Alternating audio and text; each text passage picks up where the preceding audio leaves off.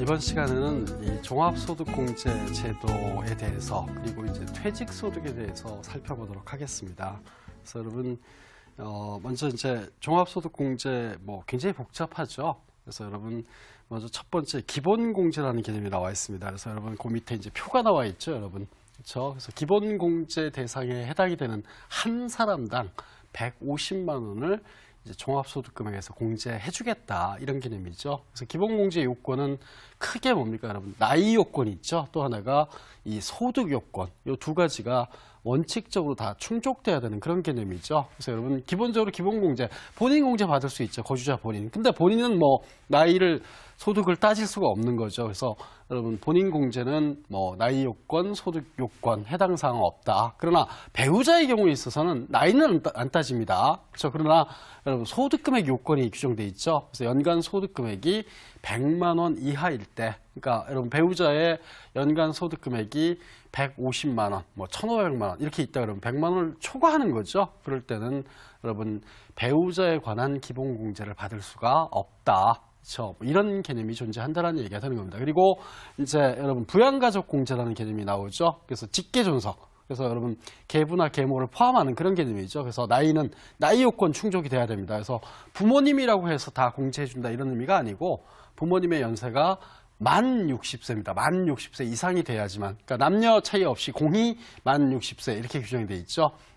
그리고 당연히 이 소득금액 요건 이것도 이제 충족이 돼야 되는 그런 개념이죠. 그래서 연간 100만 원 이하. 그리고 직계 비속의 경우에 있어서는, 그러니까 자녀의 경우에 있어서는 만 20세 이하 앤드 여러분 소득금액 연간 100만 원 이하 이렇게 이제 개념을 이해를 해두셔야 됩니다. 그렇죠? 그리고 위탁아동의 경우에 있어서는 여러분 연간 소득금액 100만 원 이하, 아동이니까 나이가 당연히 어린 거죠. 그렇죠? 그래서 여러분 만 20세 이하 이런 규정이 별도로 존재하지 않는다는 얘기가 되는 겁니다. 그리고 이 직계 비속 그리고 입양자 그리고 뭡니까, 여러분 그 배우자가 모두 장애인인 경우에 그 배우자에 대해서도 여러분 뭘 받을 수 있다는 얘기예요.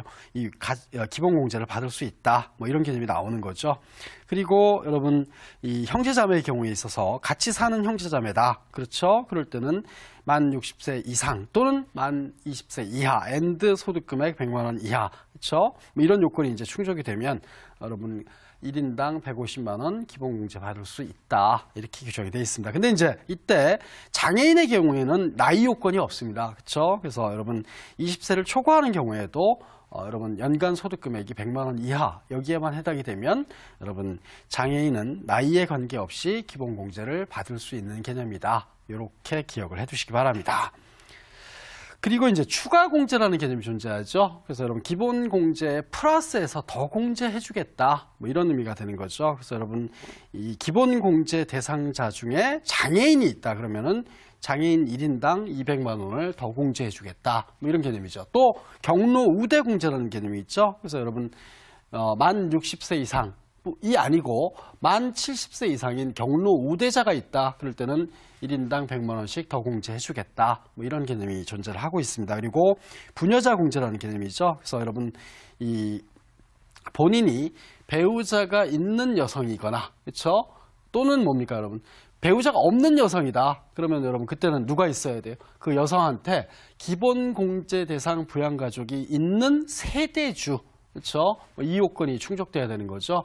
예를 들어서 여러분 22살 미혼 여성이다. 근데 아버지랑 따로 산다. 그러면 여러분 그 미혼 여성의 소득 금액에서 여러분 부녀자 공제 해줄 수 있어요, 없어요, 여러분? 없죠. 그때는 받을 수가 없다는 얘기예요. 왜요? 여러분 혼자 사는데 누가 없어요? 기본 공제 대상 부양가족이 없는 그런 개념이죠. 그럴 때는 여러분 공제를 받을 수가 없다. 조심을 하셔야 됩니다. 그래서 어쨌든 공제 대상에 해당이 되면 그때는 50만 원을 공제해주겠다. 이렇게 이제 규정을 두고 있습니다. 그리고 자녀 양육비 공제라는 개념이 있죠. 그래서 기본 공제 대상자 중에 6세 이하의 직계 비속이나 또는 입양자 또는 위탁아동이 있으면 1인당 100만 원. 그렇죠? 또 출산이나 입양에 따른 추가 공제가 있죠. 그래서 해당